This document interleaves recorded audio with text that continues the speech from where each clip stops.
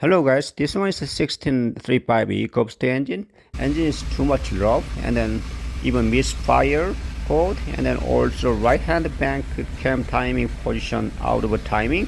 Code is P0016 15 17 and then now the cylinder 1 to 3 is so much bad misfire and then something right hand bank related internal problem. So I take out the timing front cover and I found the stretch timing, even something chain idle is loose and then keys is worn out bad. So I finally found chain bearing failure and then it was separate and then loose too much. Compared to new one is chain idler. Look at that. It's a so bad situation.